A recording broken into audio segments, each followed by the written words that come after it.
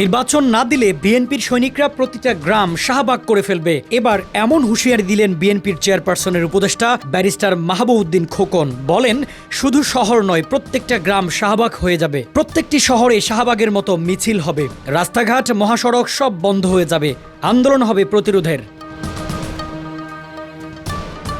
ইশরাক হোসেনকে মেয়র হিসেবে শপথ গ্রহণে স্থানীয় সরকার উপদেষ্টা আসিফ মাহমুদ এবং এনসিপির প্রধান বাধা দিচ্ছেন বলে উল্লেখ করেন তিনি। পাশাপাশি অভিযোগ করে তিনি বলেন, সরকার জনগণের সাংবিধানিক অধিকার হরণ করছে এবং বিচার বিভাগের রায় উপেক্ষা করছে। তারেক রহমানের নেতৃত্বে বিএনপির কর্মীরা শহর থেকে গ্রাম সর্বত্র আন্দোলনের জন্য প্রস্তুত বলেও জানান মাহবুবউদ্দিন খোকন।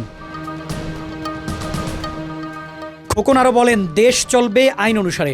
আদালত ইশরাক হোসেনকে ঢাকা দক্ষিণ সিটি কর্পোরেশনের মেয়র হিসেবে শপথ নেওয়ার নির্দেশ দিলেও সরকার তা মানছে না বলে মন্তব্য করেন তিনি। সরকার এমনটি অব্যাহত রাখলে কঠোর আন্দোলনের হুঁশিয়ারি তার। বক্তব্যে তিনি সরকারকে হুঁশিয়ার করে বলেন, অবিলম্বে নিরপেক্ষ সরকারের অধীনে ডিসেম্বরে জাতীয় নির্বাচন দিতে হবে, অন্যথায় আন্দোলনের দাবানল ছড়িয়ে পড়বে সারা দেশে।